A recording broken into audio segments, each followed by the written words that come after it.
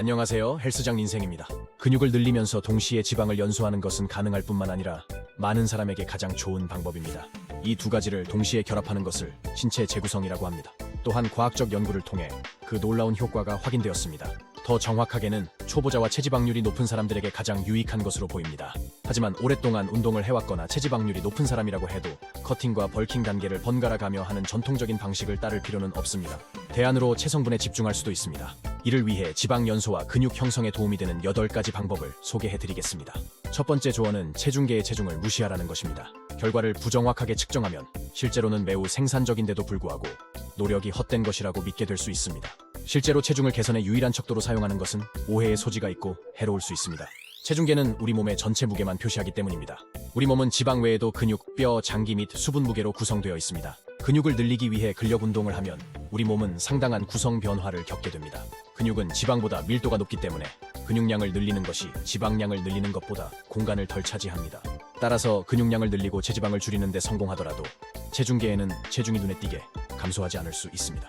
체중계에 표시되는 체중 외에 신체 치수의 변화, 근력과 지구력의 증가, 거울에 비친 자신의 모습, 옷이 얼마나 잘 맞는지 등 진행 상황을 나타내는 지표에 주의를 기울이는 것이 중요합니다. 두 번째 조언은 운동하는 동안 지방을 빼는 것보다 근육을 키우는 데에만 집중하라는 것입니다. 사실 운동을 계획하고 실행할 때 지방 연소를 최우선 순위로 삼아서는 안 됩니다. 식단이 체중 감량의 주요 동인이 될 것입니다. 근육을 키우려면 훈련량을 서서히 늘리고 과부하를 주어야 합니다. 훈련량은 총 세트 수의 반복 횟수를 곱한 값에 적용된 웨이트 부하를 더한 값입니다. 훈련량을 늘리고 근육 성장을 촉진하는 간단한 방법은 웨이트 부하를 점진적으로 늘리는 데 집중하는 것입니다. 근육 성장을 적절히 자극하는 데 필요한 세트 수와 반복 횟수에 대한 효과적인 가이드라인은 매주 근육 그룹당 4명가에 격렬한 세트와 세트당 62회의 반복 횟수를 목표로 하는 것입니다. 주간 세트 수를 2번의 운동으로 나누어 각 근육당 9세트 또는 10세트를 수행하는 것이 좋습니다. 이를 위해 둘째 날에는 다리, 셋째 날에는 팔과 복근, 첫째 날에는 가슴과 등을 운동하는 분할 훈련 프로그램을 만들 수 있습니다. 그런 다음 하루를 쉬고 반복합니다. 일주일에 3번 전신 운동을 하는 것도 대안이 될 수 있습니다. 이 경우 운동은 각 근육 그룹에 대해 6세트로 구성됩니다. 사용하는 웨이트의 무게를 높이면 반복 횟수가 줄어들 수 있지만 괜찮습니다. 반복 횟수 범위가 6회보다 낮고 10회보다 높기 때문입니다. 주어진 하중으로 10회 반복할 수 있다면 무게를 늘려야 합니다. 그 이후에는 반복 횟수가 줄어들 가능성이 높습니다. 시간이 지남에 따라 강해지면 더 무거운 무게로 반복 횟수를 10회로 늘리는 데 집중하게 될 것입니다. 그런 다음 무게를 늘리고 반복 횟수를 줄인 다음 반복 횟수를 늘리는 과정을 반복합니다. 즉 이것은 특히 초보자에게 매우 효과적인 매우 기본적인 전략입니다. 하지만 3주마다 반복 횟수 범위를 주기적으로 바꾸면 근력을 키우고 점진적으로 과부하가 걸리는 데 도움이 됩니다. 결과적으로 결국에는 훨씬 더 많은 무게를 들어 올리고 훨씬 더 많은 근육을 얻을 수 있습니다. 3주 동안은 6, 8회, 3주 동안은 10회, 마지막 3주 동안은 35회 반복하는 것이 좋습니다. 그런 다음 9주 주기를 여러 번 반복합니다. 이전 반복 횟수 범위 주기로 돌아갈 때마다 더 높은 무게를 들어 올릴 수 있다는 사실을 깨닫게 될 것입니다. 반복 횟수가 높을수록 근지구력을 키우는 데 도움이 되고 반복 횟수가 낮을수록 더 많은 힘과 파워를 생성하는 데 도움이 됩니다. 웨이트 부하를 선택할 때는 각 반복 횟수 범위의 최고 한계에 도달하기 전에 실패하는 것을 목표로 해야 한다는 점을 명심하세요. 즉 10회 또는 12회 반복보다는 훨씬 더 높은 무게로 3회 또는 5회 반복해야 한다는 뜻입니다. 이 훈련 계획이 근육 형성을 위한 빠른 해결책이나 마법의 총알처럼 들리지는 않지만 9주 동안이라도 이 훈련 계획을 꾸준히 따르면 근력과 근육 성장 측면에서 얻을 수 있는 결과에 상당히 만족할 수 있을 것이라고 생각합니다. 이제 유산소 운동에 대해 알아보자. 주요 팁은 유산소 운동이 웨이트 트레이닝 요법을 방해하지 않도록 하는 것입니다. 유산소 운동은 많은 활동에 중요하며 건강에 좋을 수 있지만 신체 구성에 전혀 필요하지 않습니다. 또한 유산소 운동을 과도하게 하면 득보다 실이 많을 수 있습니다. 앞서 언급했듯이 유산소 운동은 지방 연소와 근육 증가를 동시에 달성하기 위해 칼로리 소모량을 늘리기보다는 근육 성장을 촉진하도록 설계해야 합니다. 웨이트 트레이닝을 할 때마다 완전히 회복할 수 있도록 유산소 운동으로 걷기나 비슷한 운동을 하는 것이 좋습니다. 현재 운동으로 인해 통증이 심하다면 충격이 적고 강도가 낮은 유산소 운동으로 전환하는 것이 좋습니다. 물론 앞서 말씀드린 것처럼 새로운 소모량도 중요합니다. 영양 섭취에 관한 첫 번째 조언은 2가지를 동시에 집중할 계획이더라도 주된 목표를 선택하는 것입니다. 엿기를 처음 들거나 한동안 들어본 적이 없다면 몸은 근육을 키울 준비가 되어 있습니다. 칼로리가 부족한 상태에서도 신체는 근육을 생성할 수 있기 때문에 1차적인 목표는 칼로리가 부족한 상태에서 시작하는 것이 좋습니다. 비만하거나 체지방이 많은 경우에도 같은 현상이 발생하며 신체는 지방 연소, 근육 형성 및 기타 필수 기능에 전력을 공급하기 위해 모든 지방을 거대한 에너지 저장고로 사용할 수 있습니다. 따라서 체지방률이 남성의 경우 24%, 여성의 경우 24%보다 높다면 지방을 줄이는 것이 주된 목표가 되어야 합니다. 체지방률이 유지 수준보다 5-30% 정도 낮으면 목표치를 지정할 수 있습니다.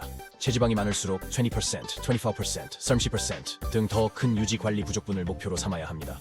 그러나 체지방률이 남성의 경우 5% 기준에 가까우면 유지 관리 부족분을 YGing %로 더 작게 설정하면 됩니다.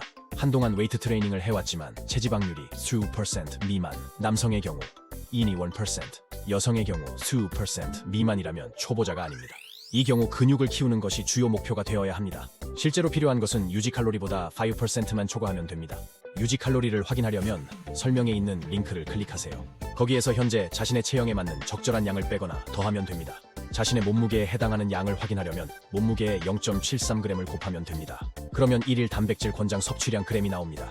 이 수치를 적고 세를 곱한 다음 이전 단계에서 일일 섭취 칼로리를 계산한 총 칼로리에서 새로운 총량을 뺍니다. 마지막 단계로 남은 칼로리를 반으로 나눕니다.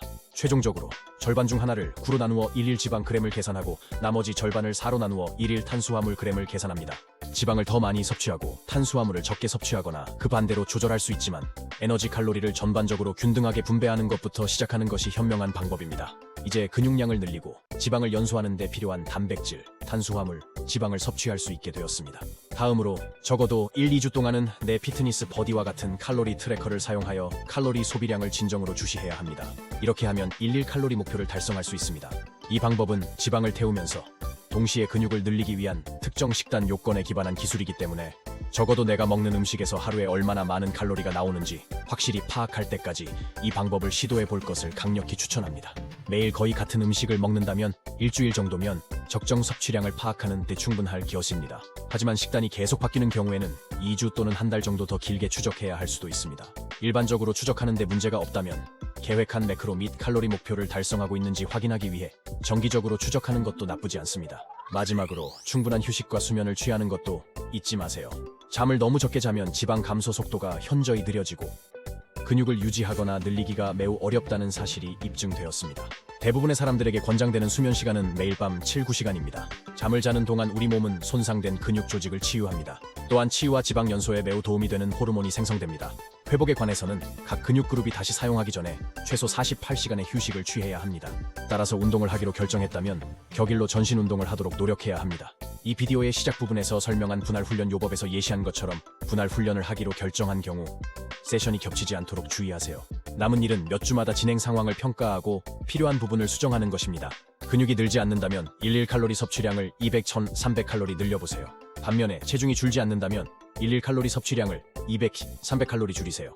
또한 일일 단백질 섭취량은 체중 1파운드당 0.73g으로 불규칙하게 유지하되 칼로리 섭취량의 대부분을 지방과 탄수화물에서 섭취해야 합니다. 오늘의 이야기는 여기까지입니다. 이 영상이 도움이 되셨으면 좋겠습니다.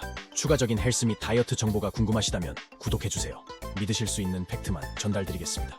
감사합니다.